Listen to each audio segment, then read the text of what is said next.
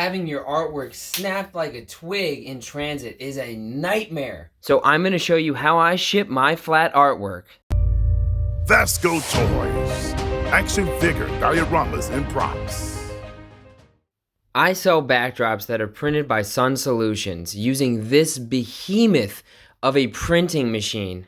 I design all the backdrops, but Sun Solutions are expert at printing large format objects like those backdrops, so I partner with them to make sure that they're the best possible quality. After I pick up an order from Sun Solutions, it's time to get these all prepped for shipping. The first step to safely shipping these is to wrap them in bubble wrap. Once the package leaves my hands, I really don't have any control over what happens to it, but I have to set myself up for success and make sure that I protect them as best as I possibly can. I use 3 sheets of bubble wrap to completely cover this piece from head to toe, using packing tape to get all of those bubble wrap pieces in place. After the piece is bubble wrapped, it's time for me to cut some custom sized cardboard to encase this in. A quick pro tip here is to keep your Amazon boxes. This box works perfectly for the size that I need, so I just cut off the edges and I am ready to encase this piece in this cardboard. The next step involves me taking some scrap pieces of my most often used material in my art, which is XPS insulation foam. Most of these scraps are long and thin pieces that I probably wouldn't use for much else, so this is a good way to use that material without wasting it and also protect my backdrops. I use a box cutter to cut down the pieces to fit perfectly along the vertical and horizontal edges of the cardboard.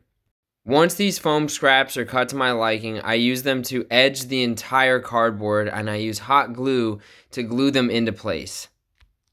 When I do this, I specifically try to make sure that the foam edges up directly to the backdrops, which are bubble wrapped, so that they do not move during transit. If you've never dealt with XPS foam before, this is a rigid foam. Because of that, adding it to the edges is going to add a lot of strength and stability to the package, hopefully preventing any sort of damage during the transportation process. If these are handled roughly or someone bumps them up against the side, they should be very well protected. As an added measure of protection, I'm going to cut some Dollar Tree thin foam to place over top of this. This is done to protect the actual printed on part of the backdrop, hopefully preventing any sort of blemishes with this and the bubble wrap surrounding it. And then that gets covered with the final piece of cardboard, which we're going to tape into place with packing tape. And with that, this is ready to go out.